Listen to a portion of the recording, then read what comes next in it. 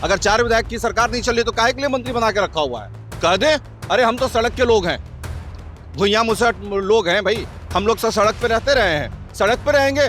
आप आलीशान कोठी वाले लोग हैं, मंत्री पद किसके का तो नुकसान आपको, हमको कोई नुकसान नहीं है।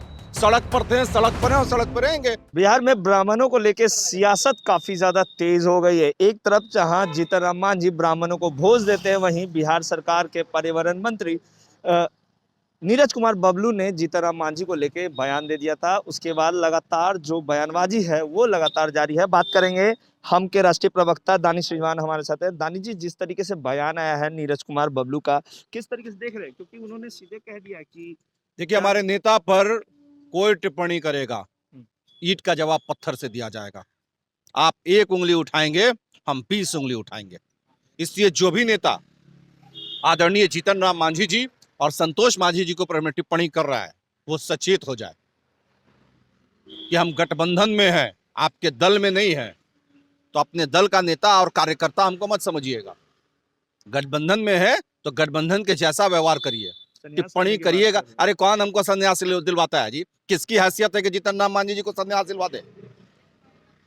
जीतन राम मांझी जी राजनीति किसी के रहमो करम पे नहीं करते हैं, अपने हिसाब की राजनीति करते हैं और अपने जनता मालिक के हिसाब से राजनीति करते हैं। किसी के रहमो करम पे राजनीति नहीं करते हैं कि कोई हमको सजेशन दे। जिनका सजेशन है वो अपने घर रखें। और जो राजनीति में संन्यास लेने की बातचीत कर रहे हैं, उनको ये भी पता होना चाहिए कि एक विधायक अगर कम हो जाए तो सरकार डोलने लग रही है। इसलिए किसी को सजेशन देने से पहले 20 बार सोचें, कहीं ऐसा ना हो कि सजेशन देते देते ही उनकी कुर्सी खिसक जाए। जिनके दम पे मंत्री बने हैं उन्हीं पे टिप्पणी कर रहे हैं। वो तो वही हुआ कि जिनके ताकत पे खूब झूम रहे हैं उनको ही चुनौती दे रहे हैं। बच बचा के बयानबाजी करें तो स्वास्थ्य के लिए और पद के लिए बेहतर होगा। कल जिस तरीके से उन्होंने कहा कि 4 विधायक से हमारी सरकार नहीं चल रही काहे के लिए है। रखा हुआ है भाई 4 विधायक? अगर 4 विधायक की सरकार नहीं चल रही तो काहे के लिए मंत्री बना के रखा हुआ है?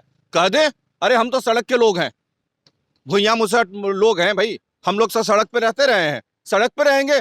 आप आलीशान कोठी वाले लोग हैं, मंत्री पद किसके का तो नुकसान आपको, हमको कोई नुकसान नहीं है। सड़क पर थे, सड़क पर हैं और सड़क पर रहेंगे। कोठियों वाले लोग समझे कि क्या होगा। 4 विधायकों के दम पे सरकार नहीं है, इससे बड़ा मजाक कुछ नहीं हो सकता है। संख्या बल को गिन ले कि संख्या बल क्या है, समझ में आ जाएगा कि कितने विधायकों की सरकार है। ऐशो आराम की बात कर रहे हैं कि अगर हमारे ऐशो आराम खत्म हो अरे भाई जाएंगे साहब, तो हमने क्या? स्पष्ट तरीके से कहा, हमें अपने ऐशो आराम में हमारे मंत्री जी रहते हैं। क्या कभी देखा है क्या जीतन राम मांझी जी को या संतोष मांझी जी को कभी ऐशो आराम में? हम तो गरीबों के बीच में रहने वाले लोग हैं, सड़क किनारे भी खाने को कोई फर्क नहीं पड़ता है भाई साहब। ऐश आराम में जो रह रहे हैं ना, उनको मंत्री पद की चिंता होगी।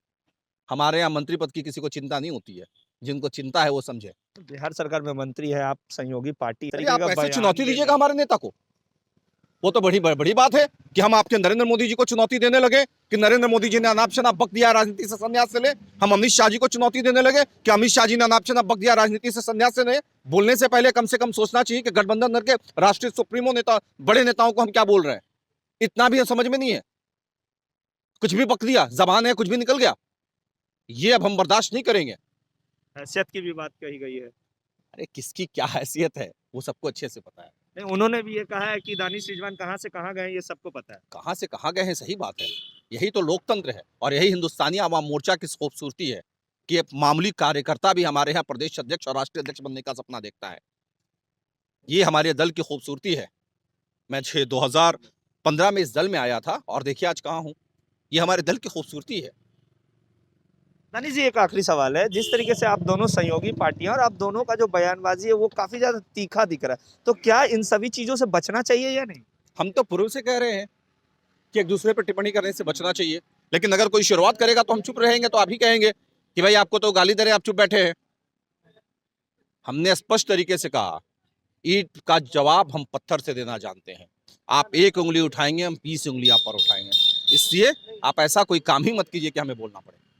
ये थे हम प्रवक्ता दानिश रिजवान, जिन्होंने तमाम सवालों के जवाब दिए और वहीं इन्होंने कह दिया कि अगर कोई हमें जवाब देगा, कोई हमें टिप्पणी करेगा हम पर, तो हम भी बाकायदा प्रॉपर तरीके से अच्छे से जवाब देंगे और ईंट का जवाब पत्थर से देंगे। तो लगातार आरोप और प्रत्यारोप लगे हुए हैं बीजेपी और हम के बीच। अब देखने वाली बात है कि किस तरीके से बीजेपी और हम के बीच जो मतभेद बढ़े हैं उसको किस तरीके से इन दोनों पार्टी सुलझाती है। बने रहेगा लाइव बिहार के साथ, इससे जुड़ी तमाम खबरें लाइव बिहार देते रहेगा। विकलेत, नमस्कार। लाइव बिहार YouTube पर सब्सक्राइब और Facebook पर लाइक जरूर करें।